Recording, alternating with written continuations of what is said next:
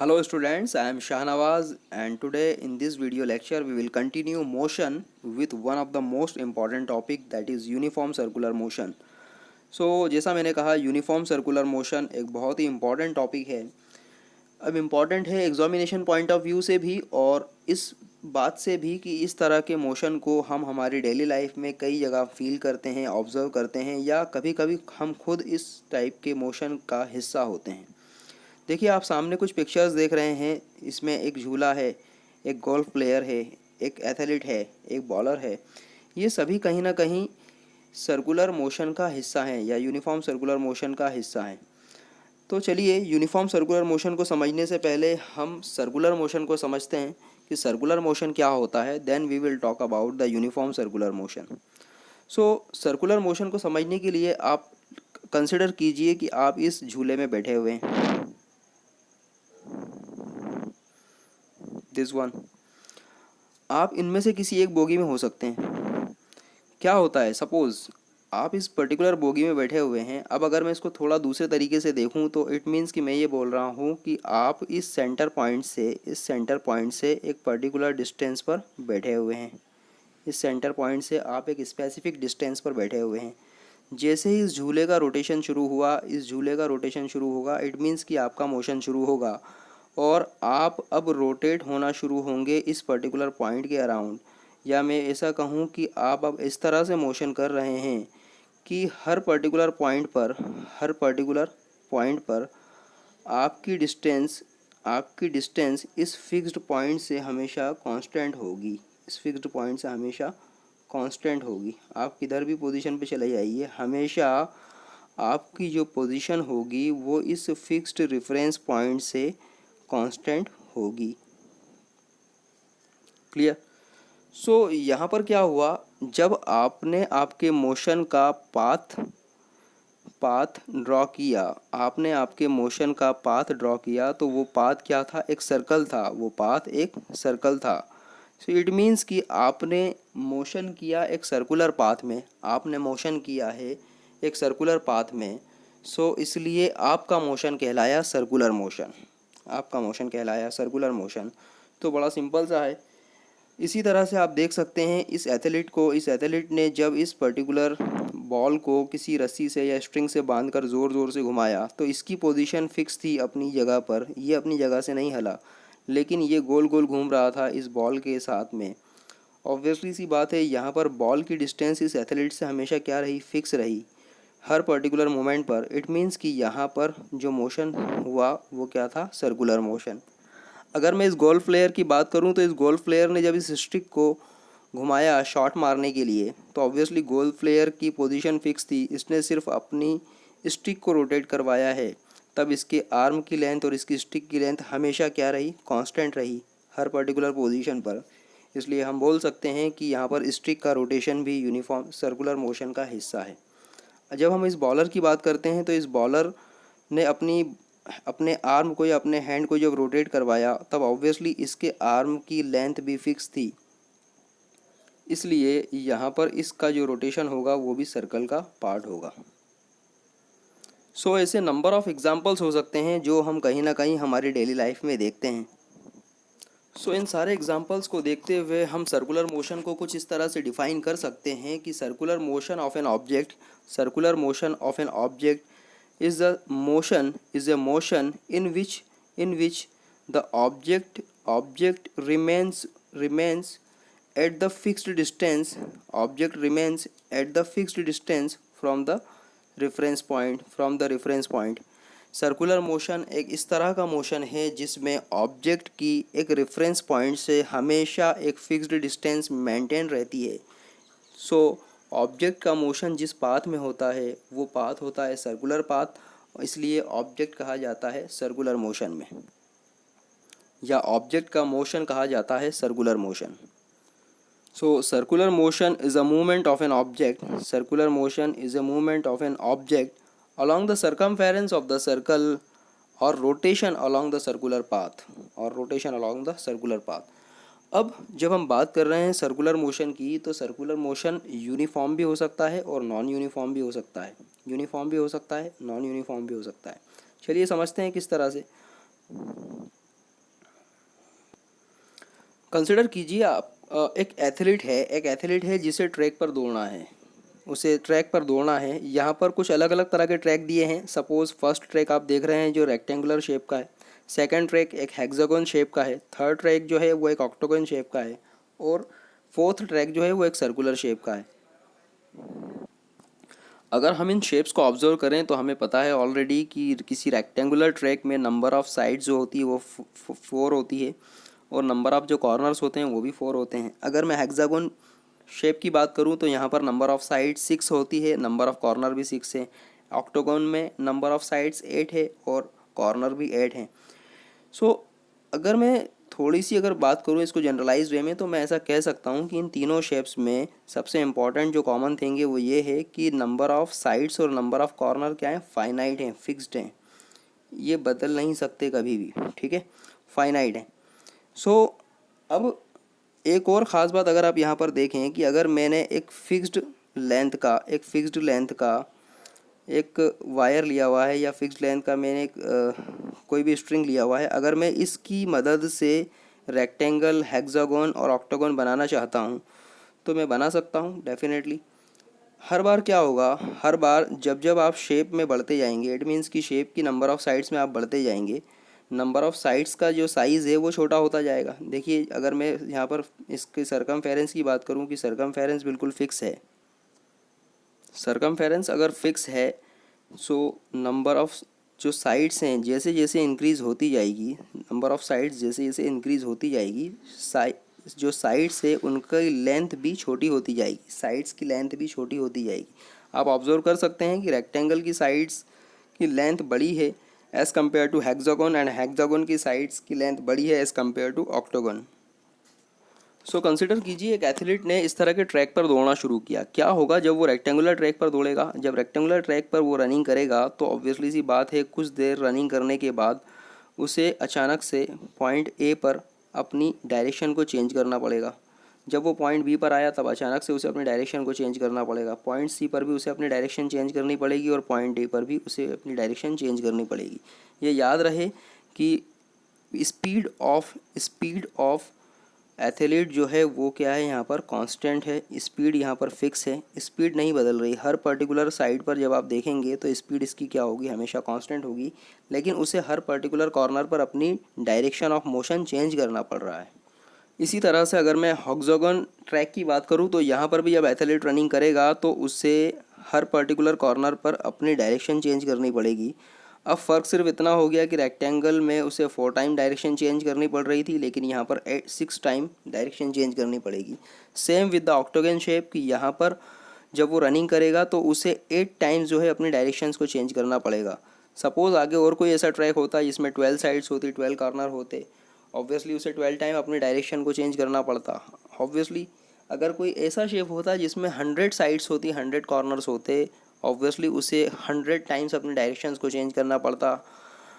सब आप एक चीज़ और ऑब्जर्व कर रहे हैं, मैं ऑलरेडी कह चुका हूँ, जैसे जैसे नंबर ऑफ़ साइड्स बढ़ती जा रही है, नंबर ऑफ़ साइड्स बढ़ती जा रही है, साइज़ की जो लेंथ है, साइड्स की जो लेंथ है वो कम होती जा रही है। तो डेफिनेटली अगर सपोज़ ऑक्टागोन के बाद कोई एक ऐसा शेप होता जिसमें 100 साइड्स होती, सो उस साइड का जो लेंथ होती, उस साइड की जो लेंथ होगी वो इस ऑक्टागन की साइड की लेंथ से बहुत छोटी होती। तो सपोज़ इस तरह से आप नंबर ऑफ़ साइड्स बढ़ाते जा रहे हैं, किसी पर्टिकुलर ऐसे शेप की तरफ आप बढ़ते जा रहे हैं जिसमें नंबर ऑफ़ साइड्स जो है वो बढ़ती जा रही है, बढ़ती जा रही है। नंबर ऑफ़ साइड्स जब बढ़ती जा रही है, it means her particular side की लेंथ कम होती जा रही है। सपोज़ आप एक ऐसे शेप की तरफ बढ़ गए जहाँ पर जो साइड की लेंथ है अब उसको आप एक पॉइंट से रिप्रेजेंट करने लगे, उसको एक पॉइंट से रिप्रेजेंट करने लगे, ठीक है। अब यहाँ पर पॉइंट से रिप्रेजेंट करने लगे, सो पॉइंट की तो कोई लेंथ होती नहीं है। फॉर एग्जांपल कि अब यहाँ पर ऐसे इन्फिनिट नंबर ऑफ़ पॉइंट्स हैं, जब इन्फिनिट नंबर ऑफ़ पॉइंट्स को आपने मिलाया इस तरह से तो वहाँ पर क्या बना, एक सर्कल बना। सो आप यहाँ पर कह सकते हैं कि जब भी हम किसी सर्कल की बात करते हैं तो किसी सर्कल में नंबर ऑफ़ साइड्स जो हैं, नंबर ऑफ़ साइड्स जो हैं वो कितनी होती है, इन्फिनिट होती है। नंबर ऑफ़ साइड्स क्या होती है, इन्फिनिट होती है किसी सर्कल में। Obviously number of sides infinite है तो नंबर ऑफ़ कॉर्नर्स कितने होंगे, ऑब्वियसली साइड्स एंड कॉर्नर्स कितने होंगे, दोनों की दोनों ही इन्फिनिट होंगे। तो हम बिल्कुल इसको इस तरह से कह सकते हैं कि किसी सर्कल में नंबर ऑफ साइड्स और नंबर ऑफ कॉर्नर्स क्योंकि इन्फिनिट होते हैं, इसलिए जब कोई एथलीट इस सर्कुलर ट्रैक पर रनिंग करेगा तब वह अपनी डायरेक्शन को infinite number of times change करेगा, वह अपने डायरेक्शंस को infinite number of time change करेगा।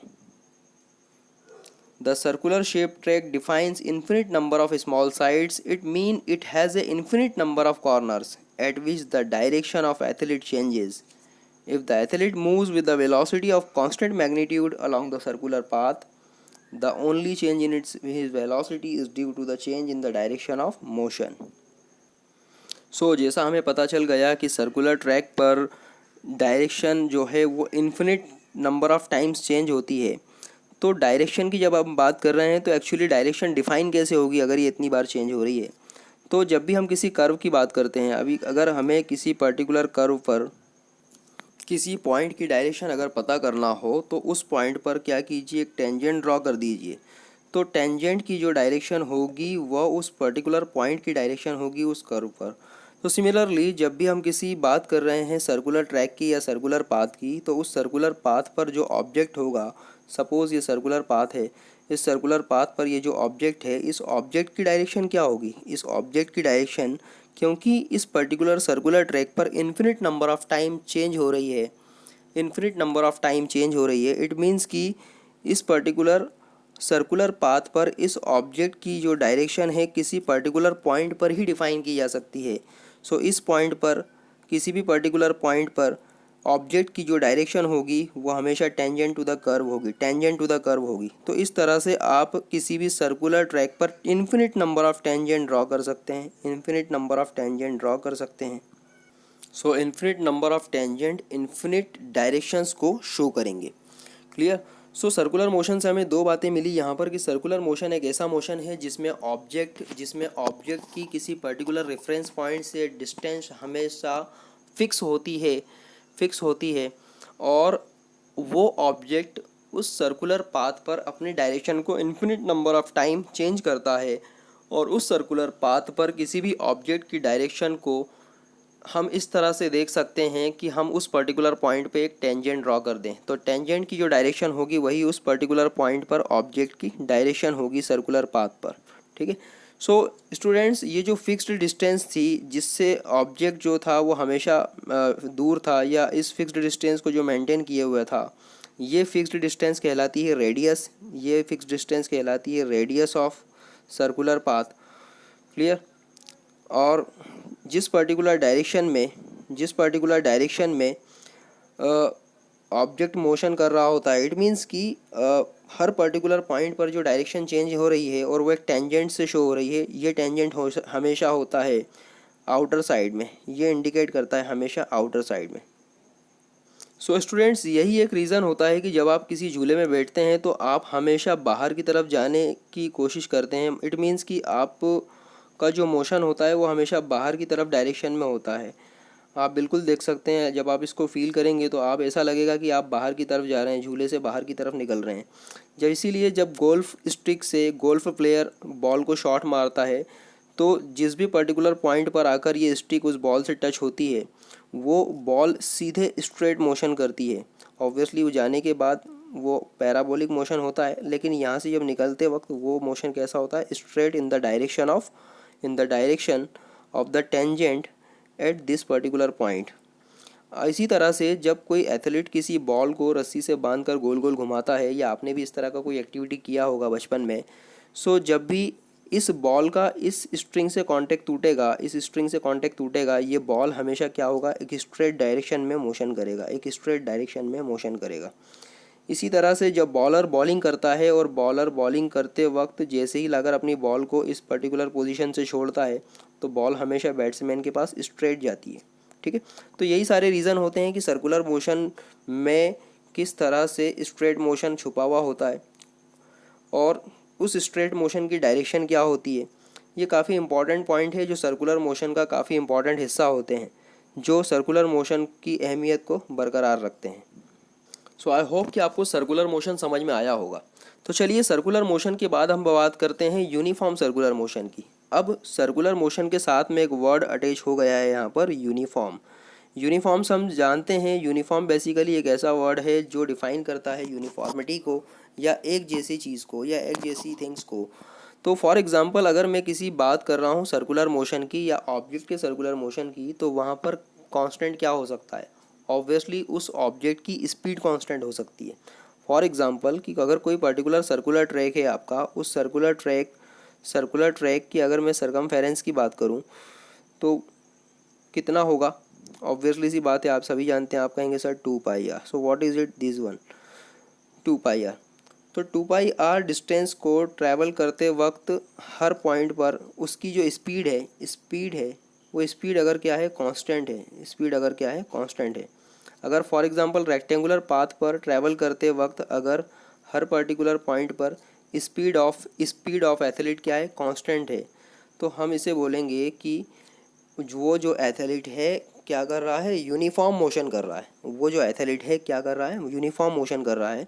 तो इट मीन्स कि मोशन की जो यूनिफॉर्मिटी है वो किसी पर्टिकुलर पॉइंट पर ऑब्जेक्ट की स्पीड से डिफाइन हो रही है। जब भी हम बात करेंगे यूनिफॉर्म सर्कुलर मोशन की, तो यहाँ पर ये अंडरस्टूड है कि through out the all motion the speed of the object क्या है? यहाँ पर कांस्टेंट है। याद रखिए यहाँ पर हम वर्ड स्पीड यूज़ कर रहे हैं। यहाँ पर वर्ड यूज़ हो रहा है स्पीड, यहाँ पर वेलोसिटी वर्ड यूज़ नहीं हो रहा। वेलोसिटी वर्ड क्यों यूज़ नहीं हो रहा है? बिकॉज जब हम वेलोसिटी की बात करते हैं तो एक्चुअली यहाँ पर दो चीज़ें होती है। पहला होता है डायरेक्शन और दूसरा होता है speed.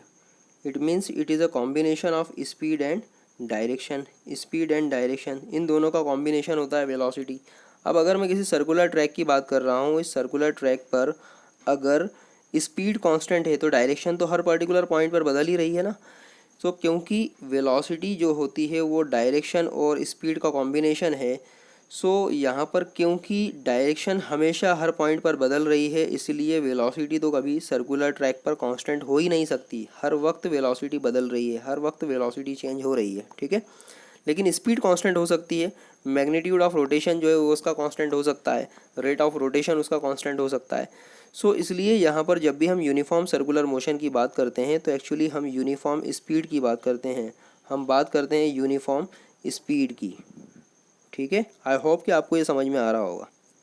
So when an object moves in the circular path with uniform speed, its motion is called the uniform circular motion. So जैसा मैंने कहा, the change in the velocity could be due to change in its magnitude, और change in the velocity is due to the change in the direction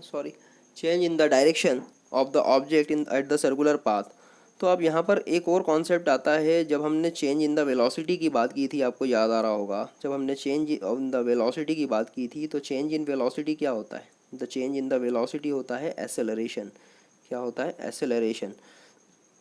change in velocity की जब हमने बात की, acceleration की बात की, तो यहाँ से हमें एक चीज़ और सामने आती है।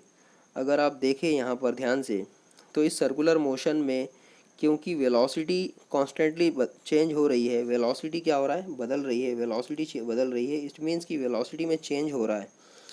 वेलोसिटी में चेंज इस तरह से हो रहा है कि इसका मैग्नीट्यूड हमेशा कांस्टेंट है। इस वेलोसिटी का मैग्नीट्यूड क्या है? कांस्टेंट है। सो हम बिल्कुल इसको बोल सकते हैं कि ये एक तरह का कैसा है? एसेलरेटेड मोशन है, एक तरह का एसेलरेटेड मोशन है। तो यहाँ से हमें एक चीज़ क्लियर होती है कि जब भी हम यूनिफॉर्म सर्कुलर मोशन की बात करेंगे, तो यूनिफॉर्म सर्कुलर मोशन में क्योंकि स्पीड कांस्टेंट है, इसलिए उसे हम यूनिफॉर्म सर्कुलर मोशन बोल रहे हैं। लेकिन यहाँ पर आपको याद रखना है, क्योंकि डायरेक्शन हर पर्टिकुलर पॉइंट पर चेंज हो रही है, और जब डायरेक्शन चेंज होती है तो इट मीन्स कि वेलोसिटी चेंज हो रही है किसी पर्टिकुलर ऑब्जेक्ट की सर्कुलर मोशन में। सो वेलोसिटी जो जब चेंज होती है विद रिस्पेक्ट टू टाइम, तो हम उसे कहते हैं एसोलरेशन। अब यहाँ पर आपको एक बात और ध्यान रखनी है, क्योंकि जो वेलोसिटी चेंज है वो भी क्या होगा? कांस्टेंट होगा।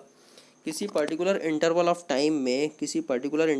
टाइम में जितनी वेलोसिटी इसकी चेंज हुई है यहाँ पर, ऑब्वियसली उतनी ही वेलोसिटी इस पर्टिकुलर टाइम इंटरवल में भी चेंज होगी, क्योंकि डायरेक्शन का जो चेंज है वो भी लगभग उतना ही होगा जितना यहाँ पर है, और मैग्नीट्यूड तो इसका सेम है ही, ठीक है।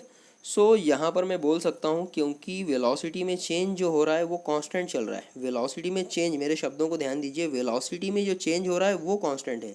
किसी पर्टिकुलर इंटरवल पर आपने किसी पर्टिकुलर लोकेशन पर जो चेंज इन वेलोसिटी देखा था, तो चेंज इन वेलोसिटी क्या था, चेंज इन द डायरेक्शन।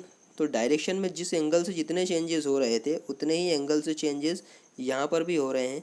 तो क्योंकि यहाँ पर वेलोसिटी में चेंज कांस्टेंट है, और वेलोसिटी में जब चेंज होता है तो मोशन कहा जाता है एक्सेलरेटेड मोशन, और वेलोसिटी में चेंज क्योंकि कांस्टेंट हो रहा है इसलिए हम यहाँ पर इसे एक और वर्ड देते हैं, uniform accelerated motion. Uniform accelerated motion, clear. So it will be the uniform accelerated motion.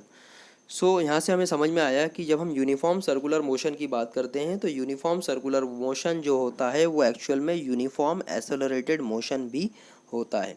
सो इसके काफ़ी सारे एग्जांपल्स देख सकते हैं। यही एक रीज़न होता है, क्योंकि वेलोसिटी में आपका बार बार चेंजेस हो रहा है, यही एक रीज़न होता है कि जब आप किसी इस तरह के झूले में बैठते हैं तो क्योंकि आप हर वक्त एक कंडीशन में चेंज को फील कर रहे हैं, एक कंडीशन में चेंज को फील कर रहे हैं, इसलिए हर वक्त हर पर्टिकुलर पॉइंट पे आप एक्साइटमेंट फील करते हैं, एक्साइटमेंट फील करते हैं। यही रीज़न होता है कि जब आप बॉल को तेज़ी से घुमाते हैं एक स्ट्रिंग से बांध कर, तब भी आप एक्साइटमेंट फील कर रहे होते हैं। बॉलर बॉलिंग करते वक्त एक्साइटमेंट फील कर रहा होता है। तो ये सारे रीज़न होते हैं चेंज इन द डायरेक्शन की वजह से, क्लियर। ऐसे बहुत सारे और भी एग्जांपल्स हैं। जब हम यूनिफॉर्म सर्कुलर मोशन की बात करते हैं तो यूनिफॉर्म सर्कुलर मोशन किसी मशीनरी के पार्ट्स में हो सकता है, कोई एक ऐसी मशीन हो सकती है उसका पार्ट जो है वो यूनिफॉर्म मोशन कर सकता है। आप एग्जांपल ले सकते हैं गियर्स के, आपने गियर्स को देखा है किस तरह से मोशन करते हैं एक के ऊपर एक, वहाँ पर यूनिफॉर्म सर्कुलर मोशन का काफ़ी इंपॉर्टेंस होता है इनके डिज़ाइनिंग के वक्त। आप इस तरह के व्हीकल्स के मोशन के बारे में बात कर सकते हैं, आप इस तरह के अगेन किसी दूसरे झूले के बारे में बात कर सकते हैं। इस तरह के और भी स्विंग्स झूले हैं जो बेसिकली यूनिफॉर्म सर्कुलर मोशन को डिफाइन करते हैं हमारी डेली लाइफ में। सो ऐसे और भी काफ़ी सारे एग्जांपल्स हो सकते हैं जिसको आपने कहीं ना कहीं फील किया होगा, ऑब्जर्व किया होगा, या हो सकता है आप खुद इस पर्टिकुलर मोशन के हिस्सा होंगे कहीं ना कहीं। सो आई होप कि आपको ये लेक्चर आज का समझ में आया होगा and you enjoyed this particular lecture. If you are having any doubt तो आप इस लेक्चर को बार बार रिपीट कीजिए, देखिए, उसके बाद भी अगर कोई डाउट आता है तो you can WhatsApp to me at my number. और अगेन इसके बाद इस चैनल को एक बार सब्सक्राइब कर दीजिएगा ताकि अगले जो भी लेक्चर्स हैं वो आप तक आसानी से पहुंच सकें। Thank you.